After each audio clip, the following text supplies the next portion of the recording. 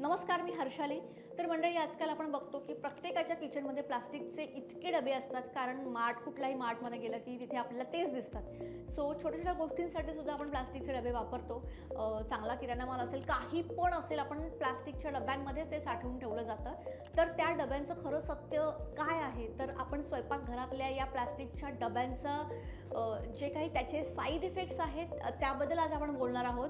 तर सगळ्यात आधी आपण हे समजून घेऊयात की प्लास्टिक नक्की कसं काम करतं. प्लास्टिक बनवताना BPA आणि फ्लॅलेट्स नावाची घातक केमिकल्स वापरली जातात. जेव्हा या डब्यांमध्ये वर्षानुवर्षे डाळी, मसाले किंवा तेलकट पदार्थ आपण ठेवतो किंवा उन्हाळ्यात किचन गरम होतं, तेव्हा या प्लास्टिकमधून ते केमिकल्स हळूहळू सुटू लागतात आणि आपल्या अन्नात मिसळतात.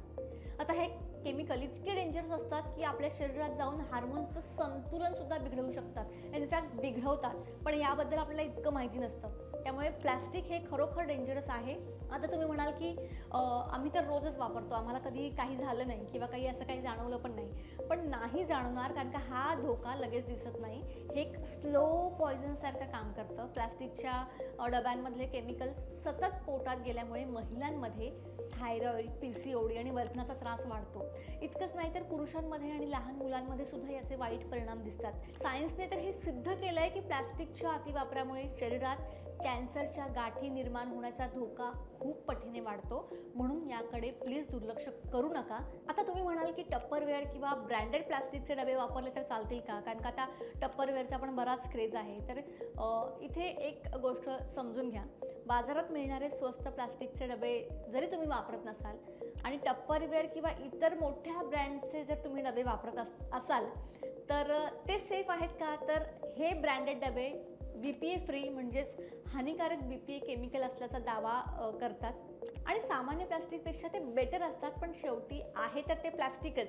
जर तुम्ही त्यामध्ये गरम अन्न ठेवलं किंवा ते डबे जुने झाले तर त्यांना आतून स्क्रॅचेस येणारच आहेत आणि ते महागडे डबेसुद्धा केमिकल्स सोडायला सुरुवात करणारच आहेत.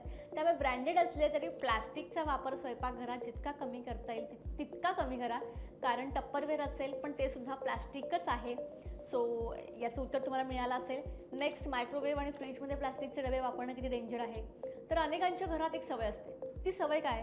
तर रात्री उरलेली भाजी प्लास्टिकच्या डब्यात भरून फ्रीजमध्ये ठेवायची आणि सकाळी तोच डबा तसाच काढून मायक्रोवेव्हमध्ये गरम करायचा आणि म्हणायचं काय नाही होत. तर हे बिलकुल चांगलं नाही आहे. फ्रीजमधली अतिथंड आणि मायक्रोवेव्हमधली अतिउष्णता या दोन्हीमुळे प्लास्टिक खूप जास्त प्रमाणात केमिकल रिलीज करतं. अगदी डब्यावर मायक्रोवेव्ह सेफ लिहिलं असेल तरीही त्याचा अर्थ असा असतो की तो डबा वितळणार नाही पण केमिकल सोडणार नाही असं अजिबात कुठे लिहिलेलं नसतं. त्यामुळे ही सवय आजच बदला. मग आता किचनमध्ये प्लास्टिकऐवजी कुठले डबे वापरले पाहिजेत?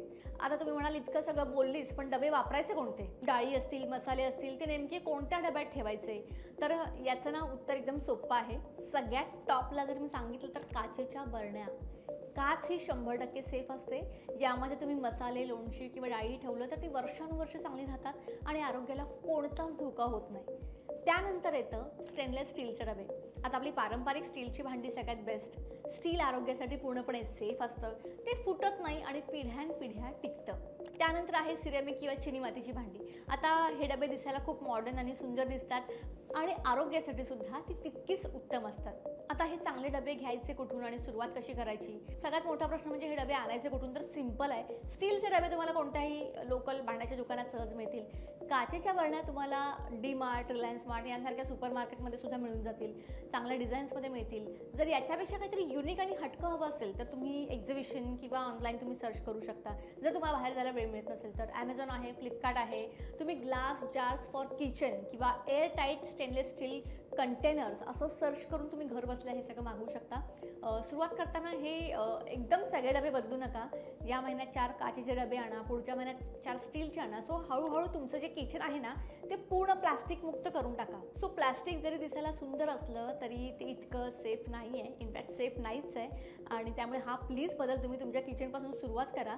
तुमच्या किचनमध्ये सध्या जास्त कोणते डबे वापरता आहे तुम्ही जरा ऑब्झर्व करा आणि मला पण सांगा. आणि प्लीज प्लास्टिकचे डबे वापरणं बंद करा. आणि इनफॅक्ट टप्परवेअर जरी असेल तरी ट्राय करा की काचेच्या बरण्या तुम्ही वापराल किंवा स्टीलच्या वापराल. ओके. आणि हा व्हिडिओ जर इन्फॉर्मेटिव्ह वाटला असेल तर प्लीज लाईक करा, शेअर करा आणि चॅनलला सबस्क्राईब करायला विसरू नका.